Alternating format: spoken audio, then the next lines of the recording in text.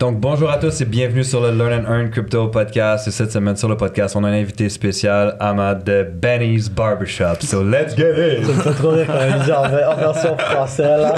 Ah, c'est lui qui m'a dit ça. Ouais, je sais.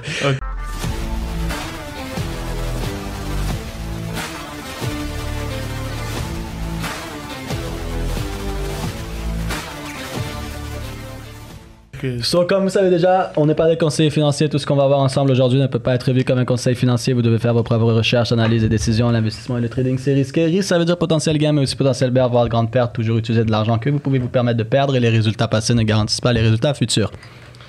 Là, on peut commencer. Ok, let's go. Okay. So, Ahmad? ben, ouais, voilà. Ben, présente. Aujourd'hui, on a un invité spécial avec nous. Yo, les gars, c'est quoi cette énergie? Aujourd'hui, on a un invité spécial avec nous. Ahmad, je l'ai bien dit? Ahmad. Je me pratique. Tu sais quoi? Appelle-moi Benny. Benny. C'est plus facile. On a Benny du Benny Barbershop, le meilleur coiffeur au Canada. J'allais dire Montréal, après j'ai pensé à Québec, mais fuck that. Il y a des meilleurs coiffeurs. Non, c'est pas vrai. Il dit ça parce qu'il est vraiment humble, mais c'est le best, ok? Respect, merci beaucoup. En plus, j'allais dire, en plus, quand j'ai vu tes barbershops grandir et tout, mais je vais te laisser parler de ça. Le gars, il va même plus avoir d'entrevue, c'est vrai qu'il va être comme yo. Il va tout raconter. Ouais, so vas-y, si tu veux un peu te présenter. Je me présente alors. Lui, il me connaît, vous me connaissez pas. Je m'appelle Ahmad. On m'appelle aussi Benny, propriétaire de Benny's Barbershop. J'ai ouvert mon barbershop en 2016. Dans le fond, je vous expliquerai après l'histoire, mais Benny's Barbershop a commencé en 2016.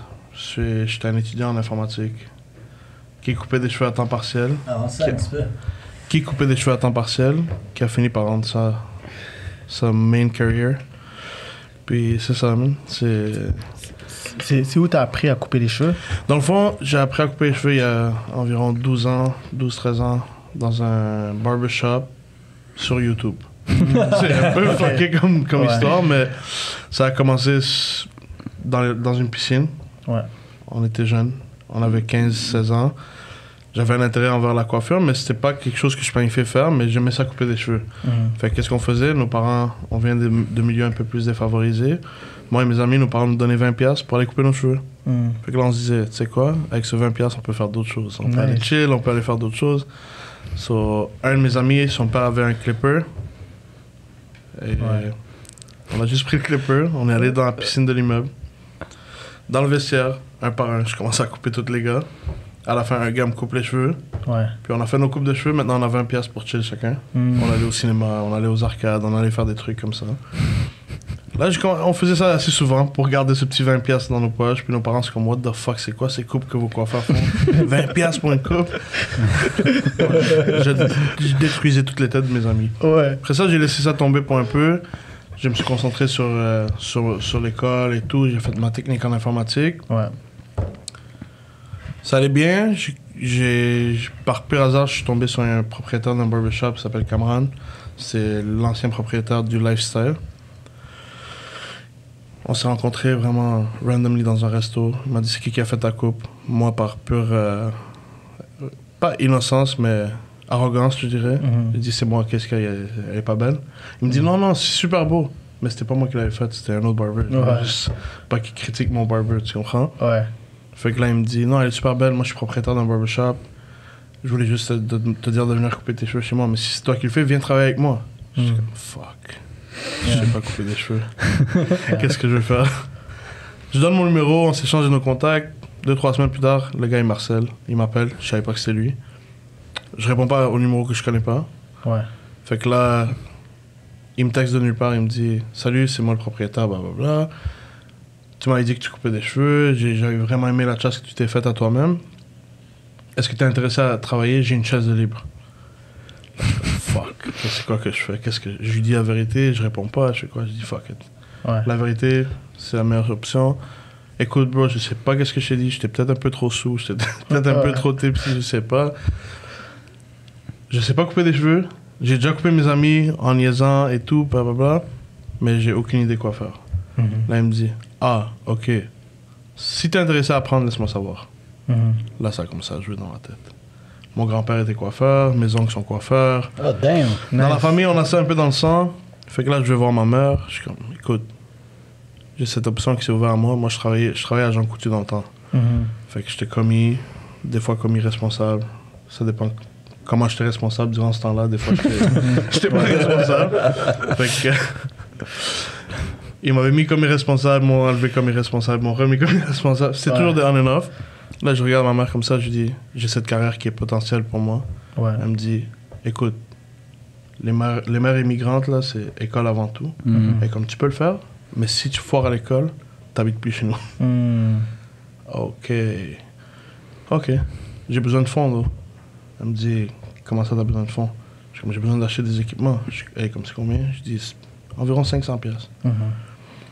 Elle se gratte la tête un peu, elle dit, ok, tiens, $500. Ça, c'était combien de temps? Ça, c'est il y a 13 ans. 13 ans. Environ 13 ans. C'est beaucoup, 500$ dans le temps. Dans le temps, c'était quand même quelque chose, là, tu sais, mais elle a eu mon bac, elle m'a dit, tiens, mais je te jure, tu foires à l'école, on va avoir un serious talk. C'est la ceinture ou... Ah, c'est pas... Nous, c'est d'autres choses, c'est encore plus fucké. Je me suis déjà fait attacher étant petit. DPG, tout ça, inquiétez-vous pas, je suis majeur. Je suis majeur maintenant.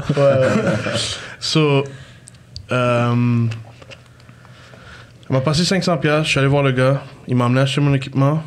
Ça a commencé là. Je commençais à apprendre avec lui. Lui, il était plus style old fashion. Moi, j'étais vraiment new school. Je voulais apprendre les fades, etc. Mais dans son salon, c'était plus ciseaux. Il m'a appris toutes les techniques ciseaux, mais fade, c'était un peu plus dur.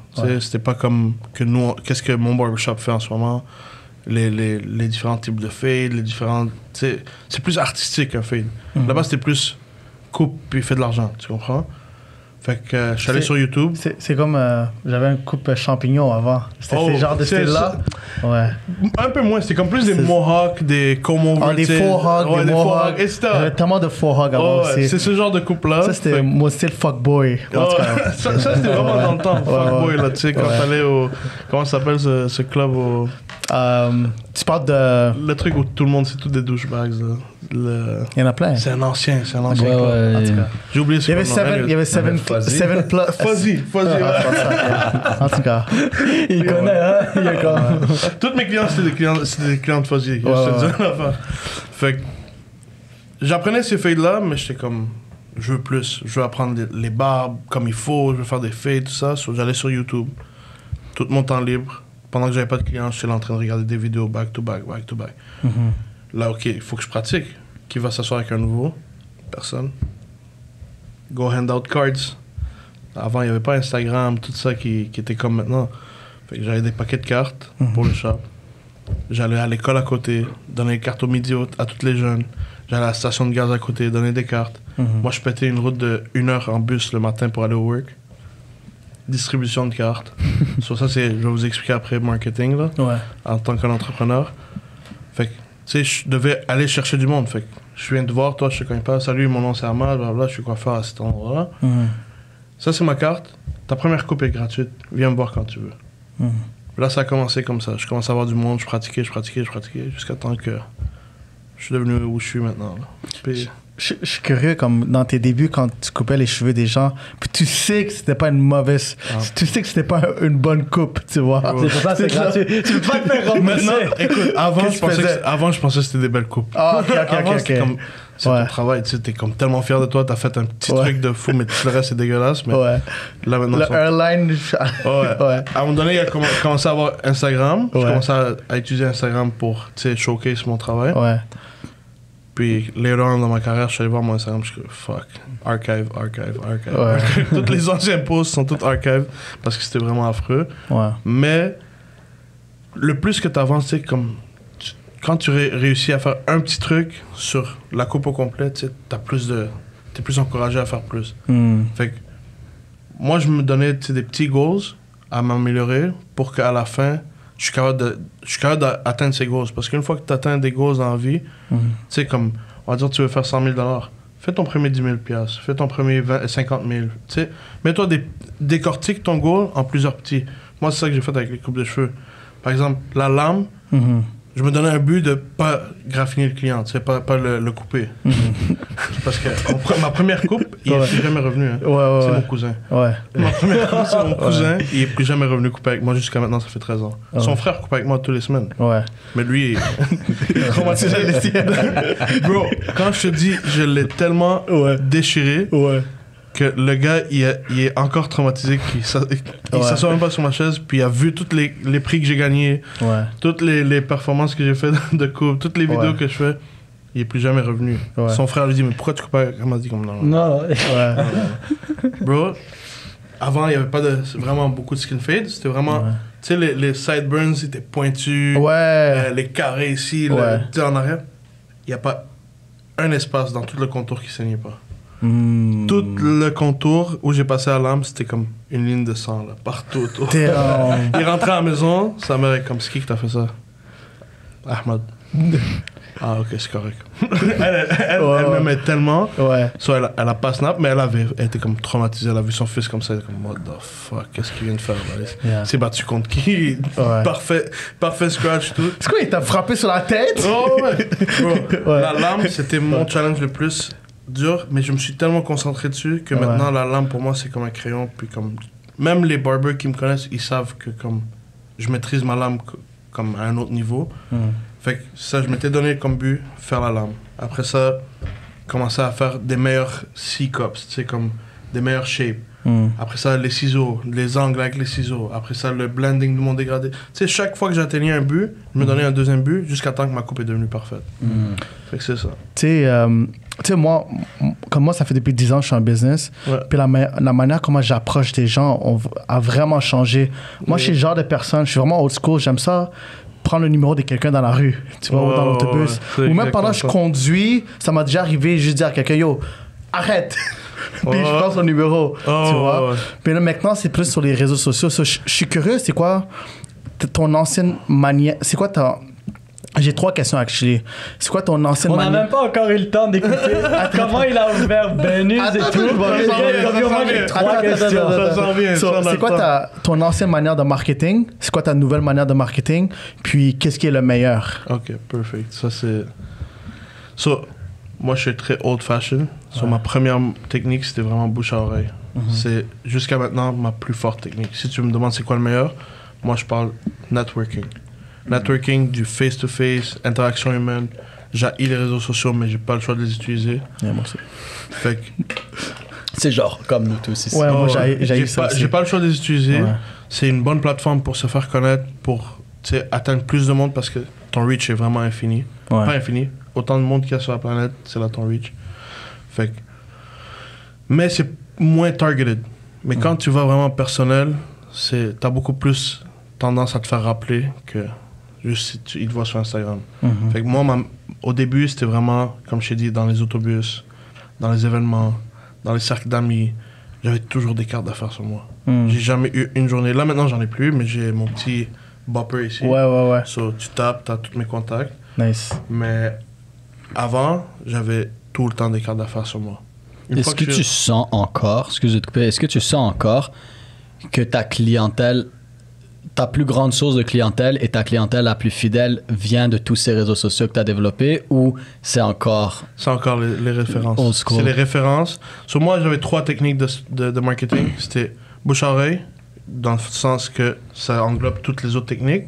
Mais mon premier, c'était distribuer des cartes, me présenter partout où je vais. Ma deuxième, c'était une fois que tu es assis sur ma chaise, je te parle de mon système de référence. Tu me réfères 3 clients, je suis dans une groupe gratuite. Nice. Au début, c'était 3 clients. Après ça, ça allait jusqu'à 5 clients. Quand je t'ai rendu un peu plus populaire, c'est 5 clients. Et là, maintenant, je fais plus le truc de référence, mais je prends même pas de nouveaux clients, fait que c'est différent. Mais c'était... Sinon, quand j'allais dans des fêtes, dans des endroits comme ça, le monde parlait de moi, tu sais, comme « Ah, yo, ça c'est un barber ». Sinon, des fois, j'emmenais mes clippers dans les chilling. Je coupais quelqu'un dans le chilling, juste pour comme, avoir un peu plus de visibilité sur place. Fait que le monde commençait à me connaître plus. Maintenant, c'est réseaux sociaux, Google Ads, Instagram Ads, Facebook Ads, YouTube, tout ça. J'ai beaucoup de sources de marketing. J'utilise beaucoup le marketing en général. Puis... Jusqu'à maintenant, je trouve le plus fort. Et l'endroit où je réussis à retenir plus de clients. Ma rétention de clientèle, elle est dans le bouche à oreille, man. Nice. Dans les références. Tous 100%. ceux qui, comme par exemple, Sam, quand il vient, par exemple, je l'ai connu face to face. Yeah. À cause de personnes en commun, etc. Mais il est loyal, il vient tout le temps me voir. Le monde que j'ai connu quand j'ai de hand-out des cartes qui sont venus, puis que j'ai parlé de mon système de référence, c'est eux que j'ai le plus loyal. Le monde qui m'ont référé le plus de clients, même, en fait, désolé, le monde qui m'ont référé un seul client et plus, c'est le monde qui sont restés avec moi à vie. Aussitôt que quelqu'un te réfère un client, il devient loyal directement. Puis, C'est parce qu'ils croient en toi. parce qu'il croit en toi. Ouais. Si quelqu'un ne te réfère pas de client, c'est que, ok, ouais, peut-être tu le dépannes, peut-être t'es son bouche-trou, whatever. Mais quelqu'un qui te réfère des clients, tu l'as. Ouais, tu dois aller. Yeah, for sure. JP, toi, c'est mort parce que ta femme, elle est coiffeuse. Alors, si ditch ta femme pour aller avec toi, c'est dead. Ah, ok, les coiffeurs. Il y a plus de JP. Je comprends. Il n'y a plus de JP. Les prochains podcasts, il est plus là. Mais c'est ça. Sinon, la plus forte, là, c'est le old school, là, moi, je trouve. OK. Nice. Puis là, tu nous as parlé de tout ce hustle pour bâtir ta clientèle, Ouais.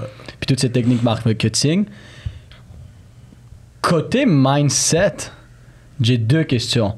Un, qu'est-ce qui t'a donné la fin de grind comme ça? Parce que ta hustle, là, moi, j'ai jamais reçu une carte dans un métro ou jamais personne m'a dit hey, viens couper mes cheveux avec toi puis est venu. So, c'est quoi qui t'a donné cette fin d'aller hustle côté mindset, puis aussi ensuite comment est-ce que ça s'est développé jusqu'au point que tu ouvres Benny's? So, au début de ma carrière, ça allait mal.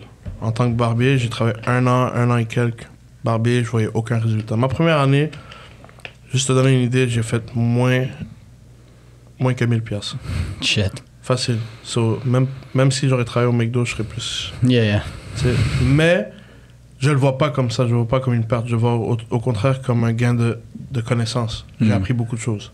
J'ai rencontré beaucoup de clients.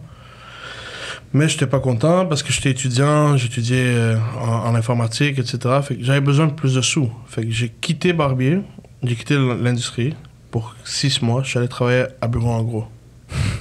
En informatique. Ah, ok. Vente informatique, etc. Les ordinateurs, les programmes, l'installation de Windows. Wow, T'es des gens vendeurs aussi, genre. Hein, right? j'ai Ouais. toujours été dans le sales Ouais. comme autre que barbier. Ouais. Fait que j'allais travailler bureau en gros quelques mois. J'étais assis avec ma femme dans un autobus à un moment donné. Je suis comme fuck. Ça me manque barbershop. Là. Ça me manque le vibe. Tu sais, surtout. Bon, t'es dans un endroit, c'est un man cave en général. Là, tous les gars chillent ensemble. Il n'y a pas de drame. Il y a du drame, mais comme c'est du drame entre boys. Là, Ouais. Tu comprends ce que je veux dire? Ça reste moins que. So, tu sais, il y a un vibe. Tu parles de sport, tu parles de ce que tu veux, tu rencontres du nouveau monde, etc. Fait que, tu sais, c'est le fun. Mais je faisais pas de sous. Fait que j'étais comme, ça me manque, mais comme, c'est quoi? Ma femme est comme, elle me dit, arrête de te questionner, t'aimes ça? Je suis comme, ouais, j'adore ça. Elle est comme, mais retourne. Je suis comme, ouais, mais il n'y a pas d'argent. Elle est comme, il n'y a pas d'argent peut-être parce que tu n'as pas fait les bonnes décisions. Regarde, c'est quoi que tu as mal fait. Ça, j'écoute ma femme comme ça, je suis comme, let's go. C'est un gros teamwork J'ai là. rappelé le propriétaire, je suis comme, parce qu'on avait quitté sur des bons termes. Je lui ai dit, j'étais très straight avec lui. J'ai quitté pendant 6 mois. Là. Même je travaillais des fois une journée ici, chez lui, des fois, tu sais, comme randomly. C'était pas comme un je quitte, je démissionne. Là. Fait que là, j'ai parlé à Bureau en gros, j'ai dit, je veux diminuer mes heures. Je retourne en barbier, comme au barbershop. Ils m'ont donné les fins de semaine chez eux. Mais c'était une décision stupide pour moi parce que les fins de semaine, c'est les journées plus occupé au barbershop.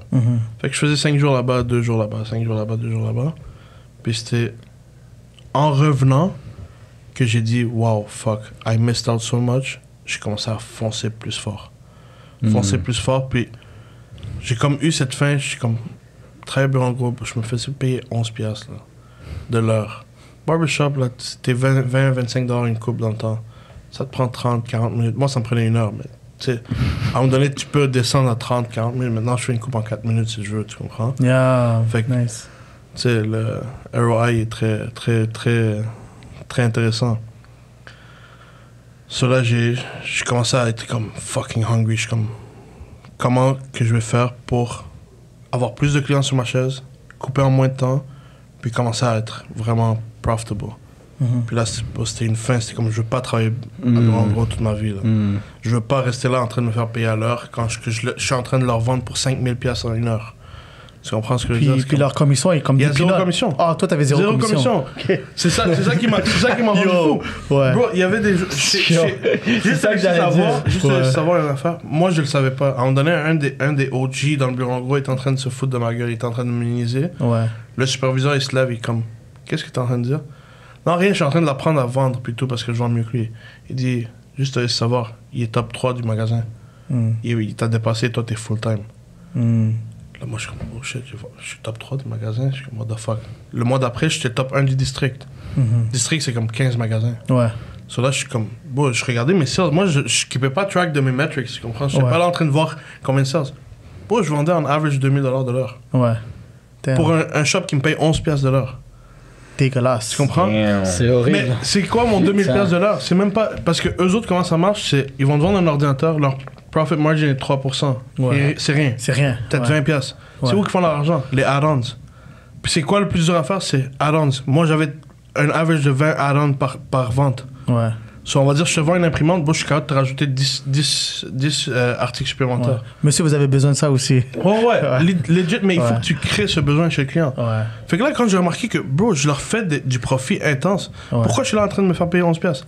Laisse-moi faire ça dans le barbershop. Barbershop, je peux vendre des produits, je peux vendre des trucs pour la barbe, je peux vendre des soins pour le visage, je peux vendre des shampoings, des body wash, toutes sortes d'affaires. So, j'ai commencé à penser à d'autres choses. C'est ça qui m'a donné faim. Je suis comme... Il est en train de faire 2000 piastres sur mon dos en vente par heure. Pourquoi je peux pas juste essayer d'avoir 200 piastres de vente par heure de mon côté? On va dire que je fais 10%, c'est 20 piastres de l'heure. Yeah. Je suis en train de faire le double de ce que je fais ici. Yeah. Fait que là, j'ai commencé à avoir faim. Fait que ça, c'est pour répondre à ta question.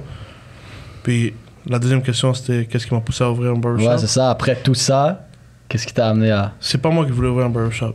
C'est venu à moi. Ça, je vais te le dire legit, c'est venu à moi tout seul. J'avais des conflits un peu dans l'endroit où je travaillais avant, comme des conflits d'intérêt plus. Fait que j'avais un de mes clients qui a ouvert un barbershop. Un de tes clients Ouais. ouvert un Il y barbershop. a un de mes clients qui a ouvert un barbershop. OK. Il était pas barber. Oh my God. Il avait aucune idée c'est quoi le business. Mais c'est un très bon ami aussi de la famille. Comme je le connais depuis longtemps, c'est un peu comme mon grand frère. Là. Ouais. Fait que il m'a harcelé, il m'a dit viens travailler avec moi, lâche ici, viens travailler avec moi, je te mets gérant. Ça va être toi le gérant, ça va être toi le manager, moi je touche à rien, toi tu fais tout. Mais ça veut pas dire que t'es payé plus. Non, il m'a donné une très belle offre. Ok. Honnêtement, j'étais comme... Okay.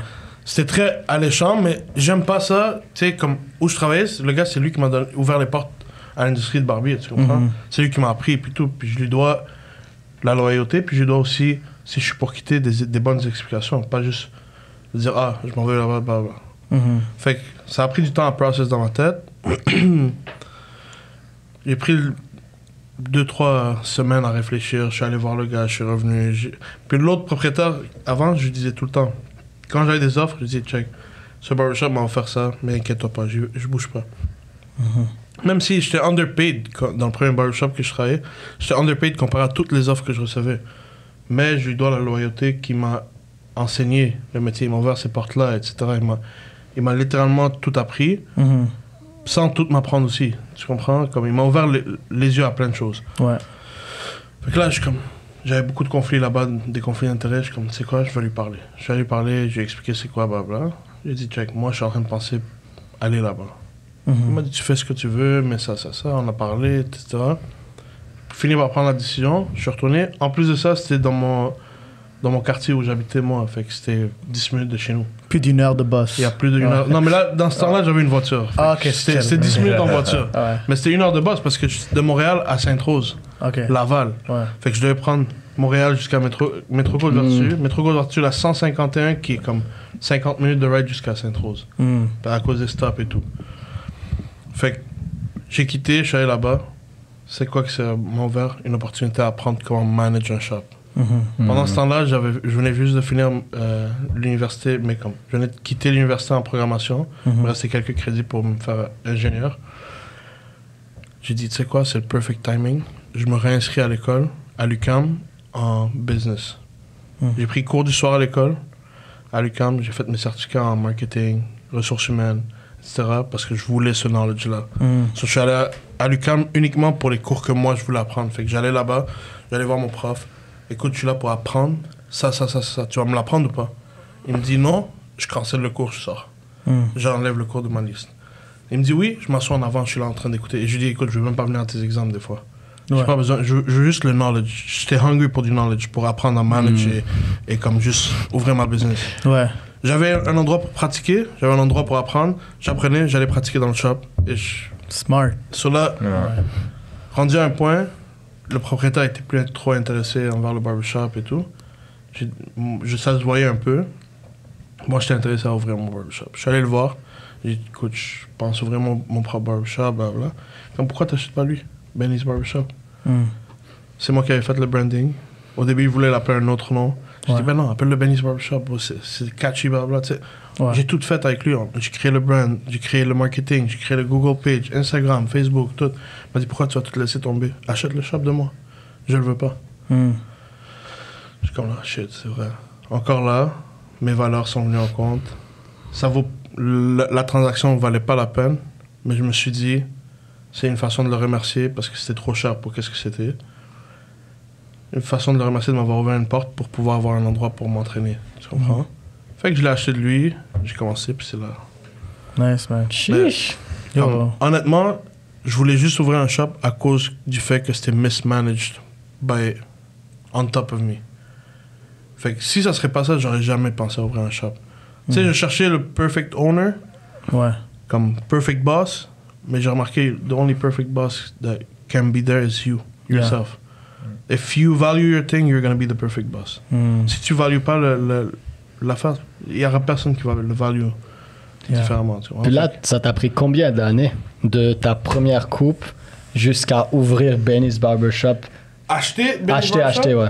Ou bien ouvrir, parce que j'ai techniquement ouvert le shop avec lui, parce qu'il venait juste d'ouvrir, j'ai jumpé on board. Pour l'acheter. Dans le fond, là, on a eu tout le avant l'achat, puis là, maintenant, on va avoir le après achat. 8 ans? 8 ans, c'est fou, environ, là. 7 ans, 8 ans? 7-8 ans de hustle pour te rendre à finalement acheter. 2018, non. Je dirais 6-7 ans. 6-7 ans avant que je joue. 2018, j'ai... Mais ça, c'est pas ma première coupe. Ma première coupe dans un shop. Ouais, dans un shop. En 2015. C'était dans la piscine. Ouais, 2015, 2016, 2012, tu sais, non. 2006, 2007, 2008, je coupais des cheveux à mes amis. Ouais. Ça, on était jeunes, là, on se coupait et tout. Puis ça, c'était là mon hobby, genre. Mais ma première coupe officielle dans un barbershop, c'est environ 6-7 ans avant d'ouvrir. Ouais. Damn. C'est un long process. Mais toute patience porte fruit. Puis là, boum. Tout ce hustle, tout ce travail, finalement, tu achètes, t'es propriétaire de Benny's. Puis là, quand tu as acheté, est-ce que tu as senti que tu avais réussi ou au contraire, quand tu as acheté, après quelques temps, tu as réalisé comme, damn, là, c'est comme un autre niveau. Là, c'est... La pression. Le problème, c'est que... Là, le vrai travail commence, genre. Le problème, c'est que je savais pas dans quoi je m'embarquais. J'avais 21 ans, j'avais 22 ans, quelque chose comme ça. C'est du travail, man. C'est beaucoup de unexpected things. T'es plus comme 10 à 8, 10 à 7, tu pars à la maison, c'est chill. Toi, c'est du 24 heures. Là. T'es à la maison, t'es en train de penser au travail. T'es à la maison, t'es en train de penser, oh shit, est-ce que j'ai fait ça? Est-ce que j'ai fait ci? T'as plus de time off, là. C'est 24/7, ta vie est rendue dépendante de ton entrepreneuriat, tu comprends? Peut-être, tu sais, comme là, maintenant, je suis rendu à un niveau où mon barbershop, je suis capable de, comme, disconnect un peu. Mais j'ai d'autres projets qui sont en train de me refaire connect ailleurs, tu comprends? Fait que, en tant qu'entrepreneur, c'est 24/7. J'avais aucune idée c'était quoi. Là, j'étais comme, fuck. Comme, au début, j'étais trop content. Tu sais, le premier mois, j'étais hyped. Comme, oh shit, je viens de m'acheter un shop, blablabla. Après, j'étais comme, fuck. Ça a commencé à dégrader ma vie. Énormément, jusqu'à un point, j'ai hit un burn-out, une dépression, etc. Puis, c'est là que le développement personnel, il rentre en jeu. Parle-nous donc de ça. Yeah. So, fast forward, ça va mal. COVID. Tu hit un burn-out. Quête. Comment 2018, 2019, 2018 à 2019, tout allait bien. J'étais boosté à un autre niveau, là, tu sais. Je voulais rendre ça le prochain barbershop que tout le monde connaît. Tu sais, je veux pas qu'une personne à Montréal connaisse pas le shop, tu comprends? C'était ça mon but. 2019 à 2020, ça commençait à dégrader un peu. Dégrader dans le sens, le stress, le management, etc. Trop de choses à faire. Accounting, j'avais aucune idée, c'était aussi compliqué que ça, les taxes et tout ça. Mais j'ai pris des cours de comptabilité à l'université. Mais j'avais aucune idée que c'était aussi... Ouais. Bon, il faut que tu keep track. Il faut une journée pour paperwork. Tu comprends? Tu peux pas juste être un employé de ta compagnie et juste travailler. Il faut que tu fasses la job de ton CEO. Fait que c'était overwhelming. J'arrivais pas à keep up. 2020, Covid a frappé, ma dépression a hit. On a fermé pendant 6 mois. Là, je suis comme fuck, qu'est-ce que je vais faire? Thank God, j'ai suivi les conseils de ma mère étant petit. Toujours eu un rainy fund. Nice. C'est comme Rainy Days Fund. C'est en cas où tout barre en couille, t'as ton argent qui peut te sauver pendant 6, 7, 8 mois. J'avais ça. C'est pour ça que ma business est encore ouverte. Sinon, on aurait fermé pendant le 2e mois, je pense. Parce que Covid a frappé, mars, tous les services ont fermé, tous les commerces de services, etc. fermés. On a fermé pendant comme 5 mois straight. Yeah.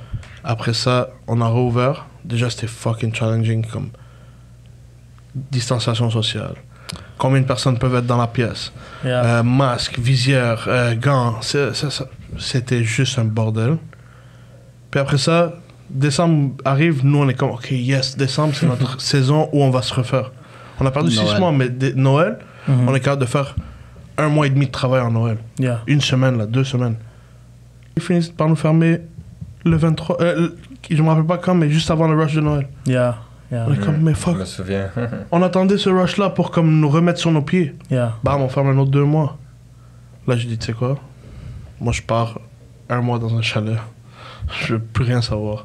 Ouais. J'avais encore un peu d'argent pour faire survivre la business, mais j'avais déjà commencé à faire du développement personnel avant. Fait que je me suis dit, mon mindset, mon mind peace aussi est plus important en ce moment. Laisse-moi juste get away, tu comprends?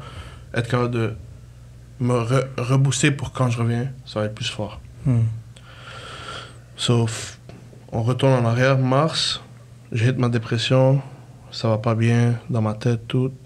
Thank God, j'avais un coach que j'avais hire quelques mois avant pour m'aider dans d'autres choses.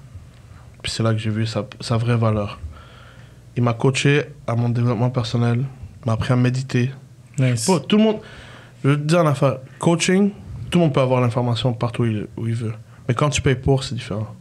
Ça hit différent. Quand tu payes pour, c'est comme fuck, I paid for it, I have to use it. Fait qu'il m'a appris des trucs très simples, mais que ça devient des habitudes de vie qui m'ont changé toute ma façon de penser. La méditation, j'avais... I didn't give 2 flying fucks about meditation before. Maintenant, si je vais pas bien, c'est du box breathing que je fais, c'est du meditation, je dois aller méditer parce que sinon je vais tuer quelqu'un. Yeah. Mais avant, meditation. Je frappe un mur à la place, ça c'est ma méditation. Yeah. Maintenant, c'est reste zen, calme, contrôle ma respiration, aller lire, changer d'environnement. Tu sais, si je me pogne, on va dire, avec quelqu'un, je vais changer d'atmosphère, je vais sortir dehors 10 minutes, je vais revenir, tout est correct. Je me contrôle beaucoup plus. Manifesting, j'avais aucune idée c'était quoi avant. Mais c'était présent, j'en entendais parler, mais j'avais aucune idée c'était quoi. J'avais aucune idée comment manifester. C'est pas les manifestations, les protestations, guys. On parle pas des mêmes manifestations. Puis j'avais aucune idée comment manifester. Tu sais, tu peux bien manifester comme ça, mais ça va pas venir devant toi comme ça. T'es assis, ok, je manifeste, je sais pas moi, $1 million. Ah, pouf, c'est là, non. 300 bitcoins. 300 bitcoins. Et la pam, t'entends ton fond. C'est comme une clarité de qu'est-ce que tu veux. Ouais, puis prendre action. Puis après dessus. ça, tu prends action dessus. Tu te mets des goals. Comme je t'expliquais tantôt, tu décortiques tes goals. Mon but, c'était de faire $1 million en vente par année. So, mon coach m'a montré combien je dois faire par jour en vente avant. So, là, notre but, c'était de faire un certain montant par jour en vente. Je me rappelle plus c'était quoi le chiffre exact parce que là, nos buts ont shifté. So, moi, mon but, c'était que le magasin vende pour un certain nombre par jour. C'est plus facile à atteindre que de penser au 1 million. Fait que, on va dire je dois faire $200 de vente par jour. Là, on se concentre sur $200. Une fois qu'on hit assez constamment, on va se concentrer sur le mois au complet. On va voir c'est combien. Tu comprends? Puis, slowly, you get up, Ça, c'est le behind the scene de la manifeste, tu comprends? Ouais. Mais si tu fais juste manifeste, puis ça. Moi, je pensais que le monde était fucké, là, manifeste quelque chose, puis ça apparaît devant eux. C'est pas impossible, ça marche pas, cette affaire-là. Mais il m'a appris comment le faire, comment avoir une vision. Tu sais, comme. Il m'a rendu les trucs plus clairs, puis c'est grâce à lui que je me suis relevé de ma dépression, puis je suis revenu. Back on track. So basically, méditation, manifestation, vision, action, goals, short and long term. Reading aussi, man. Knowledge, bro. Yo, les gars sont en train de lancer un plan pour tout le monde. J'espère que vous avez une pause. Retournez en arrière, réécoutez les 2 dernières minutes, prenez des notes. Non, mais même moi aussi, comme moi, je pensais, comme pendant des années, manifestation, vision, méditation, c'était stupide. C'était pour des vieux en Inde qui volaient sur les airs. Moi, je pensais que c'était ça, manifestation. Ouais, moi aussi. Que ça soit t'écraser, comment on les appelle, les moines? Les moines bouddhistes. Moi, je pensais que c'était ça, manifestation. C'était eux, là, mais je suis comme... Mais c'est pas ça. Attends, mais ça vient d'eux autres, mais quand tu remarques après ça comment eux, c'est du monde tellement sage et calme, là, tu sais, tu commences à rentrer plus en profondeur. Là, si tu l'appliques sur toi-même, tu vas voir, ta vie va changer. En général, elle va changer. Tu sais, c'est pas du jour au lendemain comme ça. C'est du work, là, c'est progressif. Même l'affaire de breathwork, comme je le fais souvent. C'est très important. Puis ça me calme. Ça, comme des fois, j'ai juste envie d'exploser vite. Mais je suis comme, non, contrôle émotionnel. Tu peux tout faire avec le box breathing. Hein? Tu peux te booster ton énergie, tu peux te calmer, tu peux t'aider à dormir. Contrôler ton anxiété. Moi, je suis quelqu'un qui est très anxieux. Je overthink tout. Je suis là, je suis en train d'overthink plein de choses tout le temps. Comme quelqu'un va me dire quelque chose, j'ai overthink quelque chose d'autre. Mais je le contrôle pas. Mais depuis que je médite, j'arrive à plus recevoir des informations différentes. Tu comprends? Moins d'overthinking, plus ça. Quand je suis anxieux, get in my zone, box breathing, méditation. Moi, je crois pas à tout ça. Moi, ce que je fais pour l'investissement et le trading qui demande un bon contrôle, je fais une ligne de coke. Comme dans Wolf of Wall Street. Non, mais c'est super fort ce que vous partagez parce que c'est fou parce que nous, les gens qui nous écoutent, c'est toujours dans cet environnement de trading, d'investissement. Mais là, on vient l'amener dans un environnement qui est complètement différent. C'est de l'entrepreneuriat, c'est ton barbershop, mais tu réalises que ça soit moi qui est en train d'investir, que ce soit lui qui est en train de trade, que ce soit lui qui est en train de faire du marketing, que ce soit toi qui est en train de rouler ta business ton Benny's Barbershop. Il y a Jim Rohn qui disait toujours Success leave clues. Success leave clues. Puis il y avait quelqu'un qui m'avait dit ouais, mais c'est quoi le rapport si moi, mon succès que je veux, c'est par rapport au trading. Pourquoi je regarde quelqu'un qui a bâti Apple? Non, parce que success leave clue. Parce que tu vas voir ses habitudes. Exactement. Tu vas voir ses habitudes, son mode de vie, ses façons de penser et tout. Exact. Que tu regardes quelqu'un qui a bâti Apple ou le gars qui a bâti le restaurant le plus populaire à Montréal, ils ont des choses étroitement en commun. Ils vont pas l'appliquer de la même façon dans leur business. Le livre Think and Grow Rich. Exact. Harv Eker, ça t'explique quasiment tout. Rich Dad Poor Dad, j'y crois pas trop, c'est trop outdated, mais ça t'explique tout aussi. Yeah. Mais tu sais, comme les données, basez-vous pas sur tout ce qu'il dit à l'intérieur, mais essayez d'apprendre qu'est-ce qu'il donne comme habitude de vie. Tu prends qu'est-ce qui fonctionne pour toi, puis tu bâtis ta propre recette. Exact. Tu évolues dessus. You take clues from... Moi, par exemple, mon plus gros comme motto dans la vie, c'est apprendre des autres qui sont plus successful de moi. Je regarde, même si t'es dans un autre field, même si t'es médecin, on n'a aucun rapport ensemble. Mais on sert l'humain. Ouais. Tu comprends? Toi, dans le trading, je veux voir c'est quoi tes habitudes de vie, c'est quoi ta façon de penser, ton mindset, etc. Puis c'est de là que je vais essayer de lire entre les lignes, puis dire, OK, ça, je le fais pas bien dans ma vie, moi, il faut que je commence à travailler sur ça. Ça doit être incroyable parce que, comme, for sure, tu dois avoir des clients qui sont over the average, financièrement, spirituellement, physiquement, etc. C'est ça qui me drive. Toi, t'as comme une donnée d'information exponentielle, tu vois. Il y a plein de monde. Parce que moi comme avant, j'allais à plein de barbers, tu vois. Puis certains d'entre eux, je suis comme, bro, t'es pas sociable. Comme... Tu dois aller chez Benny's. Ouais, maintenant on va aller chez Benny's. Tu viens quand tu veux. Mais il n'y a plus de place pour aucun client. J'ai dit ça, il a dit tu viens quand tu veux. Il a regardé son sel, il a fait presque quand tu veux. La dernière fois, je suis allé pour le bouquet. Je regarde son horaire. Je vous mens pas, les gars. Je voulais me faire couper les cheveux avant l'anniversaire à Alanis. J'ai dit, yo, cette fois-ci, je vais pas me faire avoir. Son anniversaire, c'est début septembre. On était en début juillet. J'ai dit, je vais pas me faire avoir, man. Je vais aller booker maintenant. Mais je vous promets, j'étais début juillet, mon rendez-vous, c'était le 26 août. J'étais comme, bro, c'était juste book. Ouais, l'été aussi, c'est... Book. Il y avait genre, la première disponibilité, c'était comme 24 août. Puis on était début juillet, j'étais comme, bro. D'ailleurs, je dois aller booker là pour Noël. Mais c'est nice, ça roule, ta business. Mais c'est du compound growth. Comme n'importe quel, on va dire, trading portfolio. C'est du compound. Je suis book 2 jours d'avance. Ouais. Qu'est-ce que ça va faire? Ça va lead à ce que je suis book 3 jours d'avance. Ça, je suis book 3 jours d'avance. Ça va lead à ce que je suis book. C'est ça que j'apprends à mes barbiers. Tout dans la vie, c'est du compound growth.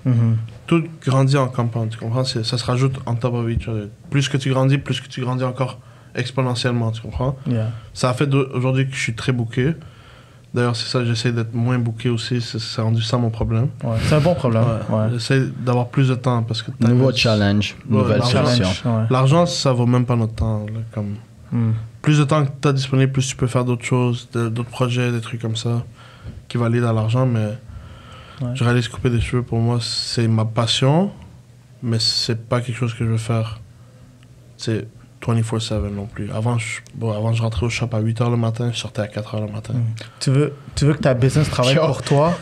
Tu veux que ta business travaille pour toi alors parce que toi, tu travailles pour ta business? Je veux travailler pour mon business. Ouais. J'aime ça. Ouais. C'est une passion pour moi. Tu sais, c'est là que je m'exprime aussi. J'exprime... Quand je vais pas bien, je m'exprime dans les coupes de cheveux comme... pas dans le mauvais sens. Je m'exprime dans les coupes de cheveux en comme... me concentrant sur ça parce que je suis quelqu'un de très comme... ADHD, puis la seule source de concentration que j'ai, c'est dans les coupes de cheveux, j'ai remarqué. Parce que quelqu'un qui a ADHD, qui a des troubles d'attention, il va avoir des troubles d'attention dans plein de choses, sauf dans quelques petites affaires, que c'est des trucs comme... C'est legit sa passion. Fait que j'ai trouvé que c'est la seule chose qui est capable de différer mon attention ailleurs. Fait que c'est là que je me défoule. Parce que je suis en train de couper ses cheveux, je veux que sa coupe soit parfaite, je vais pas penser à autre chose. Je suis énervé. J'oublie que je suis énervé. Je suis là. C'était mon refuge, le barbershop, au début. Fait que c'était comme... I let it out there. Puis je veux pas quitter cet environnement-là. Je suis trop attaché à ça parce que j'aime ça. Mais je veux avoir plus de temps pour faire d'autres choses aussi. Une chose... Attends, parce que... Tu sors de ta dépression, tu fais du développement personnel, la business repart, mais à travers tout ça... T'as acheté un nouvel endroit, t'as déménagé la shop. Moi, j'étais à l'ancienne shop et la nouvelle shop. Mais la nouvelle shop, guys, je suis rentré là, je me sentais comme si j'étais comme le premier ministre qui allait me faire couper les cheveux là. J'étais comme holy shit. C'est comme le Louis Vuitton des barbershops là, c'est insane. Qu'est-ce qui t'a amené à justement être comme ok, c'est le temps que je déménage rapidement? On a eu beaucoup de support de notre clientèle. Honnêtement, durant le COVID, j'ai remarqué que ma clientèle mérite beaucoup plus que qu'est-ce qu'on avait. Tu sais, on était dans un petit shop. Je prenais soin du shop le plus que je pouvais, mais ça pouvait pas être plus loin que ça. Fait que je voulais plus d'espace. Je voulais quelque chose de plus beau, plus luxueux, parce que ma clientèle, elle était là en train de nous supporter tout le temps. Ils ont jamais été cheap envers nous, que ce soit pour les pourboires, que ce soit quand on montait nos prix. Tu sais, ils ont toujours... eu notre bac à un autre niveau, ils nous réfèrent des clients et tout. Fait que, de un, on avait outgrow l'espace pendant Covid, on pouvait pas tous être là dans le même endroit, on était à comme 500 pieds carrés. So là, je cherchais un shop, puis j'ai dit, tant qu'à ouvrir un shop, laisse-moi ouvrir un shop super beau. Là. Quelque chose de comme... qui va mettre en valeur mes clients, qui vont se sentir, tu sais, waouh, je suis confortable ici, tu sais, je suis pas tout coincé, tout ça. Bon, je suis allé acheter les meilleures chaises d'attente, j'ai fait un design de malade, puis tout. Pour remercier mes clients aussi, parce que sans eux, on serait pas là. Là, t'as combien de pieds carrés en total? 2500. Chiche. On passe de 500 à 2500. Ouais, c'est une fois l'espace.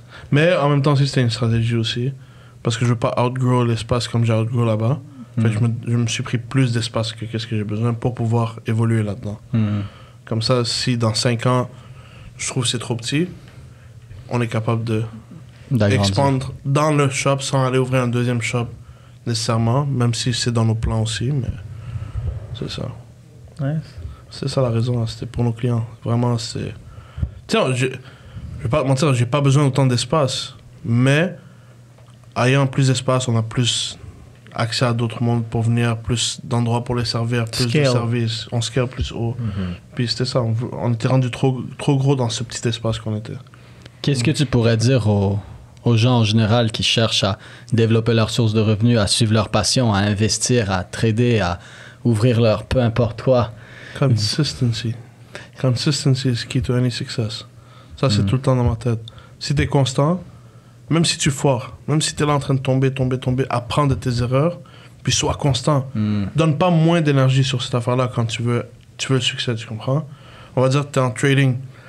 Tes 6 premiers trades ont foiré. Apprends c'est où que t'as fait ton erreur dans le graphe. Parce que moi aussi, tu sais, je follow beaucoup tes affaires aussi. C'est quoi les erreurs que t'as fait? C'est où que t'es rentré? C'est où que t'es sorti? Puis essaye d'apprendre pour que ton prochain trade soit 10% plus successful. Mais à un moment donné, ça va être rendu des 9 success rate out of 10, tu comprends? Puis, le plus t'es constant, le plus ta réussite est assurée. Si t'es pas constant, t'as aucune garantie de réussir. Success leave clue. On le dit tout le temps. La constance. Toi, en dehors de ta business, est-ce que t'as d'autres projets en dehors du barbershop? Ouais, plusieurs projets.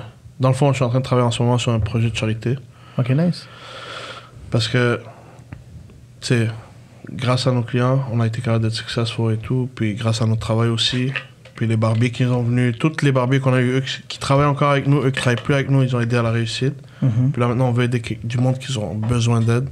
Fait qu'on va aller, j'ai une histoire derrière tout ça, mais ça va prendre des heures là. On va finir aujourd'hui. Mais on fait un événement pour la Croix-Rouge, ça va être un 5 à 7. Nice. Ça va être une grosse levée de fonds. On va essayer. C'est très, très fictif comme but. Le vrai but, c'est 250 000 $ de fonds. Ouais. On va essayer de toucher un demi-million avec le network qu'on a. Nice. Parce qu'on a beaucoup de network. On a plus de 20 000 clients. Fait qu'on va envoyer une invitation à tout le monde. Ça va être un gros événement Puis charité. qui se ressemble, ça semble aussi. Là. Moi, j'ai vu plusieurs de tes clients comme... Les gens sont... T'es Très sharp. successful. Et ben quand t'es sharp, les gens que tu coupes sont sharp. Sharper. C'est genre, t'attires les... J'apprends tellement de mes clients. Bon, j'ai tellement de clients tellement successful et dans tous les sens. Pas juste financièrement. Tu sais, il y en a qui sont juste tellement intelligents. Bon, j'apprends tous les jours des autres. Fait que, tu sais, le plus que comme eux ils viennent, le plus que j'ai envie de faire d'autres choses. Tu comprends? Fait que, c'est quand l'événement de la Croix-Rouge que t'as... Il y a pas de date Tu veux pas encore la date? Okay. parce que on voulait le faire en novembre. Live. On voulait le faire en novembre, mais c'est tellement compliqué. C'est mon premier événement de charité, c'est tellement compliqué à organiser. J'avais aucune idée dans quoi je m'embarquais. Fait que je vais me donner le temps à tout finir. Là, on finit avec les sponsors bientôt. J'ai comme une bonne liste de sponsors. Si jamais vous voulez une place aussi, on peut mettre. Puis, tu sais, tout va être parler de ça charité. avec JP. Tout va aller à la charité. On va tous sur toi, c'est plus facile. Ça, c'est un de mes projets. Sinon, j'ai d'autres projets aussi pour l'industrie barbershop. Non, pas mon barbershop, mais l'industrie en général. Surtout pour aider les propriétaires de barbershop. Nice. Ça, c'est un autre projet. Puis j'avais entendu parler quelque chose relié au NFT, je pense. Ouais, est-ce que toi, personnellement, tu investis dans la crypto? Est-ce que tu penses que pour ton barbershop, tu peux... Je sais que peut-être tu as des plans sur les NFT ou des choses comme ça. On a pensé, écoute, la crypto, j'adore, mais c'est encore, pour moi, quelque chose que je ne suis pas 100% focus dessus, mais j'investis dedans. Mais sinon, les NFT, c'était quelque chose de très intéressant. D'ailleurs, toi, tu m'avais donné l'idée de faire des NFT pour le shop, pour créer un genre de membership aussi, créer, peut-être, j'ai pas dive in trop profond dedans, mais peut-être donner des NFT à mes clients fidèles qui peuvent utiliser comme leur point de fidélité, qu'ils peuvent revendre après, par exemple, à d'autres clients, des trucs comme ça. C'est fou, par ça! Par exemple, un NFT tellement rare qui va te donner accès à des coupes gratuites toute ta vie. Ouais. Tu comprends? Tu sais, j'ai vu ça, mais pour l'instant, c'est pas une priorité. Peut-être bientôt, mais c'est quelque chose que j'ai checké beaucoup. Depuis qu'il m'en a parlé, j'ai commencé à regarder NFT de close. OpenSea, j'étais sur OpenSea, c'était quoi l'affaire de Solana déjà? Magic Eden. Ouais, j'étais sur les NFT en train d'essayer d'apprendre c'est quoi. Il y en avait plein qui avaient des utilités. J'étais comme, ok, mais comment ils ont fait l'affaire des singes là? Apes. Bon, ouais. Chacun te donne accès à un autre party. Là, il y a Lufthansa aussi. Lufthansa Airlines. Ils ont lancé leur propre NFT où quand t'as acheté la collection, t'as des passes droits, t'as accès à des salons VIP, à vie, des rabais, des trucs comme ça. Puis je pense qu'il y en a juste 1000. Fait que c'est comme, c'est fini là, dans 10-15 ans, bro, c'est fou là. Ouais, la crypto, c'est en ligne pour remplacer l'argent. C'est fou parce tout ce qui est relié avec la blockchain. Imagine un client, OK, comme il vient te voir pendant comme 5 ans, un client fidèle, puis soudainement, on va dire, il déménage à Dubaï, mais il peut juste vendre. Ouais. C'est comme voyager. C'est ça. You don't lose your loyalty. Parce que c'est pas par... Puis toi, tu peux avoir des royautés dessus, alors à chaque fois qu'il y a des achats et ventes, ça peut devenir des memberships aussi, des subscriptions. Des memberships. On pense à ça. N'oubliez pas que NFT, c'est... Oh là, attends. Le gars il regarde là, NFT c'est tout simplement des contrats intelligents là. Un NFT ce n'est pas obligé d'être une œuvre d'art. Un NFT c'est non-fungible token.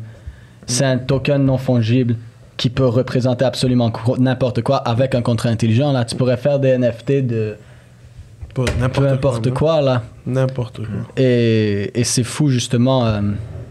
Est-ce que toi, tu penses que tout ce qui est NFT, Web3 et tout ça, est-ce que tu as pensé à des façons où tu penses que ça va disrupt l'industrie des barbers, puis comment ça peut l'amener à un autre niveau? Ça peut aider à l'amener à un autre niveau, mais c'est un peu plus compliqué parce qu'on est dans l'industrie du service. Puis, tu sais, veux pas, à la fin de la journée, les barbers sont indépendants.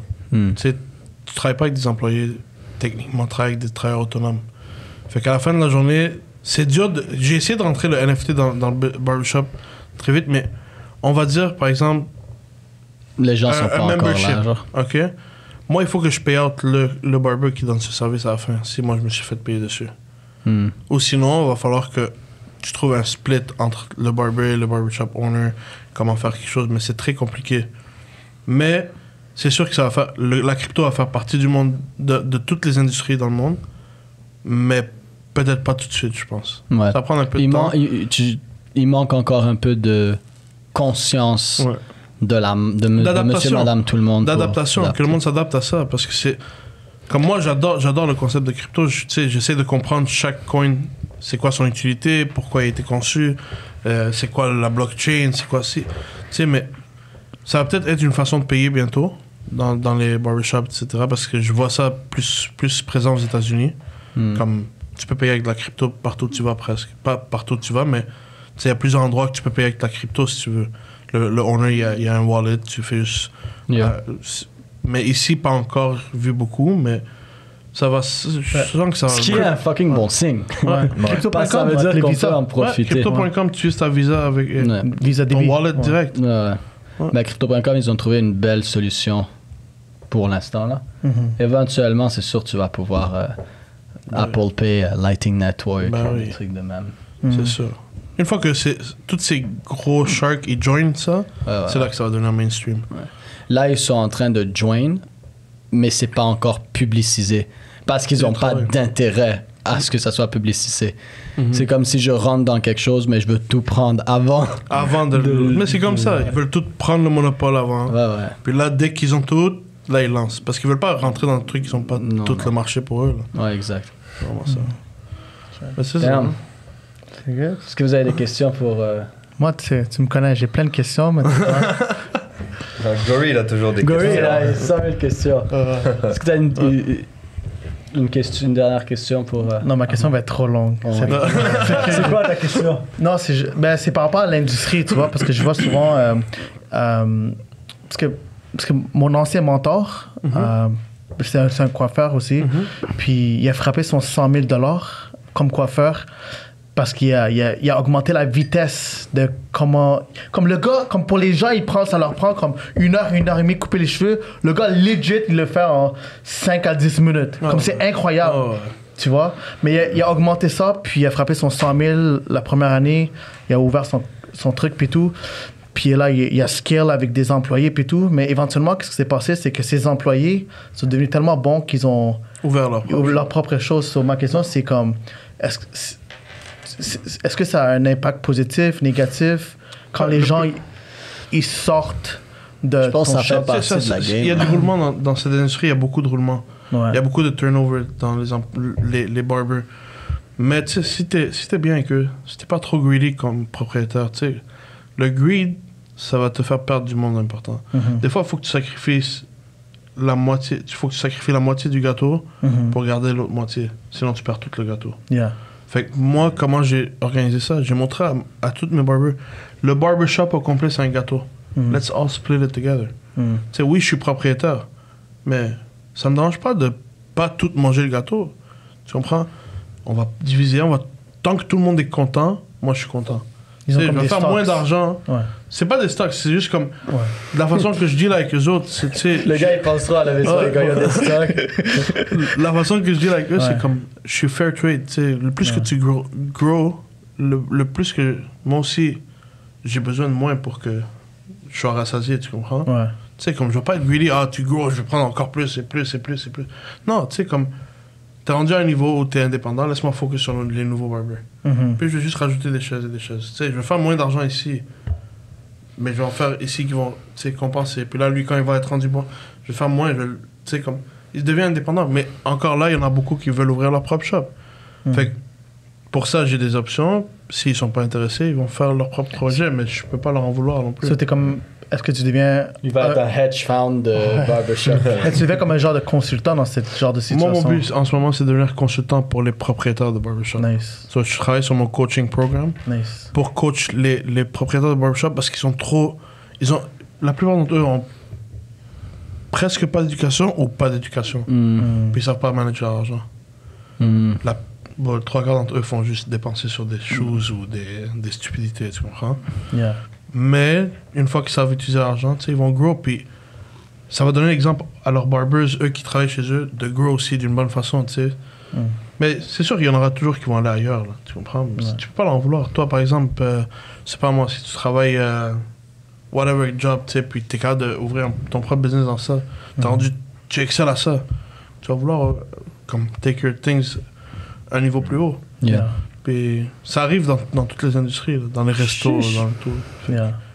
Il faut que tu sois, en tant qu'entrepreneur, il faut que tu sois d'accord avec ça. Contrôle, qu'est-ce que tu peux contrôler, puis ce que tu peux pas contrôler, laisse-le. Yeah. Laisse-le aller, ça va faire sa job tout seul. Moi, avant, j'essayais de tout contrôler. Maintenant, c'est ce que je peux contrôler, je vais contrôler.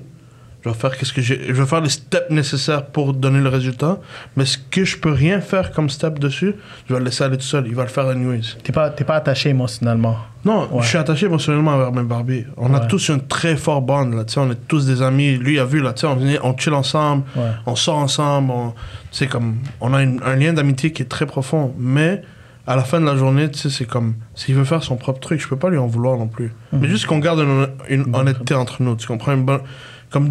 Il faut qu'on soit straight. C'est quelqu'un qui va venir derrière ton dos, qui va faire tous ces petits moves pour aller ouvrir son shop tout seul, tout ça, mais qui te dit pas la vérité. Bon, anyways, même si tu m'aurais dit ou pas, je peux pas contrôler tes décisions. Je peux pas te dire non, tu restes ici. T'es pas attaché à moi. Je peux même pas te donner un contrat de te forcer à rester ici. T'es un travailleur autonome. Sinon, je dois te payer en tant que salaire. Tu comprends? Fait à la fin de la journée, que tu veux faire quelque chose ou pas, juste sois honnête. Garder des bonnes relations entre tout le monde, c'est ça l'important. Parce que you never know when you're gonna need one another, tu comprends? 100%. So si moi un jour I do you wrong, c'est moi qui perds. I won't have access to your help or you won't have access to my help. Mais c'est moi le plus perdant. Tu comprends? I did wrong, I look bad, and you don't want to deal with me anymore. Fait que, tu sais, tous ces trucs-là, si ça se fait dans le respect, moi je trouve que c'est un bon truc parce que ça va aider l'industrie à grow plus, pour revenir à ta question.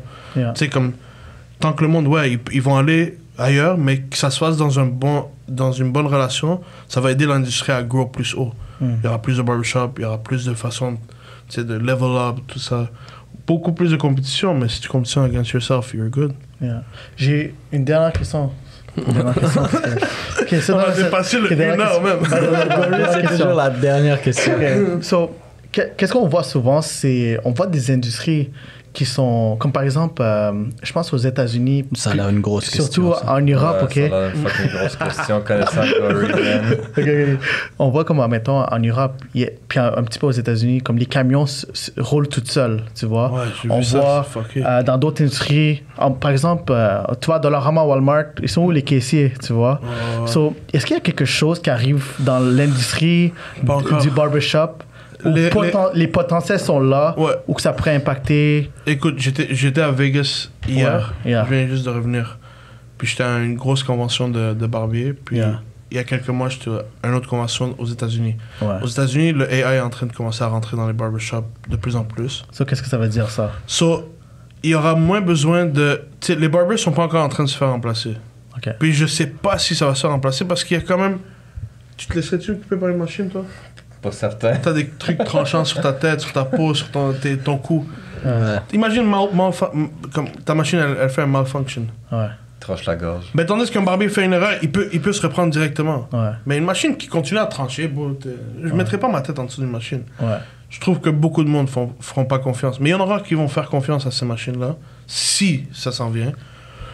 Mais je pense pas que quelque chose va remplacer le barber parce que t'as quand même une relation humaine avec. Mais les réceptionnistes sont en train de se faire remplacer.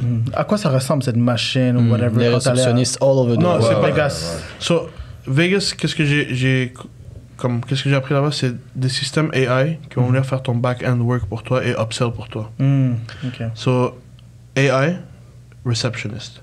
So, elle répond aux appels, elle parle avec la personne, Nice. elle lui book son rendez-vous. Nice. Et s'il y a un autre opening, elle va l'appeler, le AI, à ce client pour essayer de le faire venir une autre fois. Comme une voix normale, comme une, Une vraie voix normale, personne. bro. OK. Tu sais même pas que t'es en train de parler avec un Ouais. AI. Il y en a qui sont un peu twitchés là, mais Ouais. eux que j'ai vu là dans le séminaire, Yeah. bro, j'aurais jamais su. Ouais. Mais elle fait même des Non. one second, ok. Des legit qui parlent avec un humain là. Ouais, ouais. Deuxième chose, Yo, ça par fait exemple, toi peur, tu rentres man. sur mon site internet parce Ouais. que moi tout est online booking. Ouais. Fait que tu rentres sur mon site internet, t'as un AI qui t'aide à te naviguer through the website, Ouais. quel barbier choisir, quoi prendre comme service. Ah, est-ce que tu voudrais rajouter ce service de De plus? upsell. T'as upsell quelque chose. Une fois que t'es parti, t'as pris ton service. Une fois que t'es parti, ils t'envoient un coupon rabais pour si tu veux racheter un produit, par exemple, si t'as pas acheté un produit. Ouais. Comme ça keep track. Comme par exemple, toi, t'es venu couper, t'es parti. 2 heures plus tard, tu reçois un texte de Benny's Barbershop. C'est un Merci pour ta CRM. visite. Un Ça, c'est un CRM coupon de intelligent. 20% si tu veux acheter un produit d'ici demain, par exemple. Nice. Puis là, tu vas sur le site, elle va te upsell d'autres produits. Ouais. Tu comprends? Ça, c'est AI, comment c'est rendu. Il y a d'autres AI aussi pour comme optimiser ton site web Yeah. en tant que barber. Yeah, c'est fou.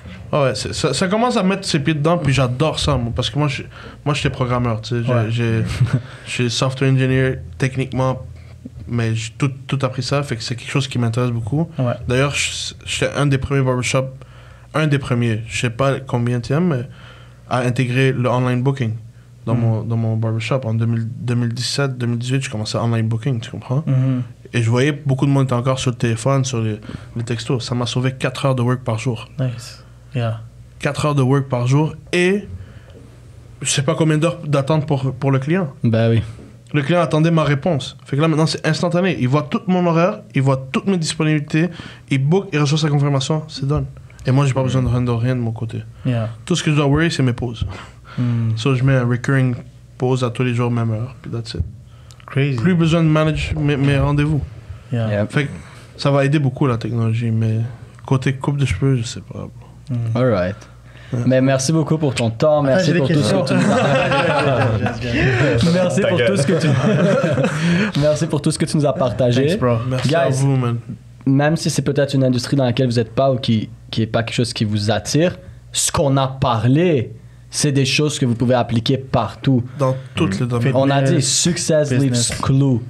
Le succès laisse des Preuve. preuves, des Utilise indices. ces preuves à ton avantage. Exact. That's it, man. Merci de m'avoir eu ici sur le podcast, guys. C'était un plaisir. honneur pour moi. 100%. Merci Et d'être venu, hopefully, man. peut-être, on peut vous avoir sur mon prochain podcast. 100%. Let's On va voir get it. ça. On fait ça. Good. All right, Bon guys. après-midi. Ciao, guys.